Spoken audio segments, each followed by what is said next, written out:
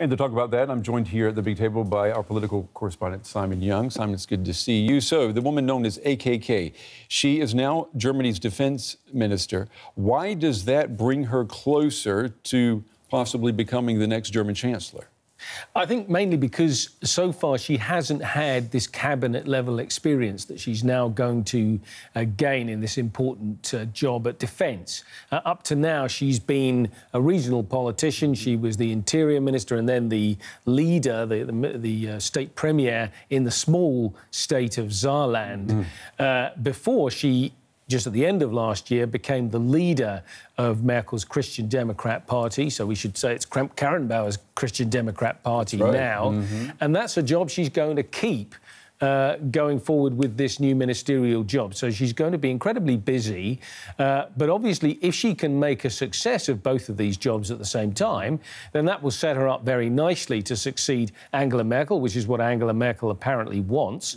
And it all looks good. It has to be said that the omens are not necessarily that good. In the job as party leader, she hasn't been doing very well.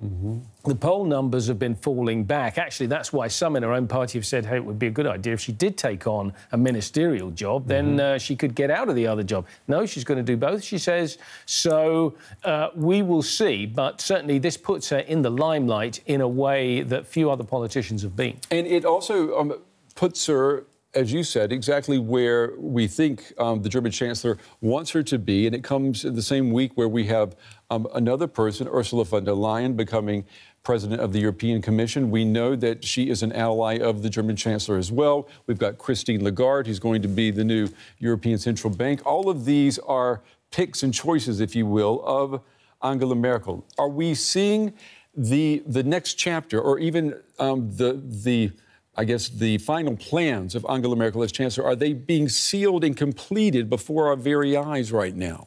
I think so. I think last night in particular was an extraordinary, the last 24 hours or so, was an extraordinary bit of movement on the chessboard, if you like. And it's a funny thing, isn't it? Because we think of Angela Merkel as somebody who's a very inclusive politician, who's not really a power player necessarily. She just does the logical thing as she often sees it, and it's all very soberly done. But actually, when you stand back and look at where we are now, as you say, Angela Merkel seems to have actually strengthened her position in the midst of all this. She's now at the centre of this nexus. She's got her protégé in the Defence Ministry, as I say, poised, if not exactly already placed, to become her successor.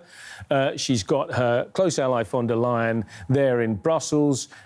She's got Christine Lagarde at the European Central Bank. Angela Merkel is not finished yet, but we know that this is her last term. She's only got a couple more years to run. And people are concerned, though, about whether or not she'll be able to finish out that term. There have been concerns with episodes of shaking in public with the German chancellor. Today, her office, the chief of staff of her office, said that the chancellor has been given a clean bill of health. And it was important for that announcement to be made, wasn't it? Well, it was, because she has had these health concerns over the last few weeks. We've seen these shaking incidents where she's been seen sort of trembling, really when she's had to stand still, and they've tried to say that it's a psychological effect rather than any nervous problem or any other more serious health problem. As you say, Helga Braun, the Chancellery Minister, has come out with an interview today. He said she's in good health and she'll, of course, serve out her term until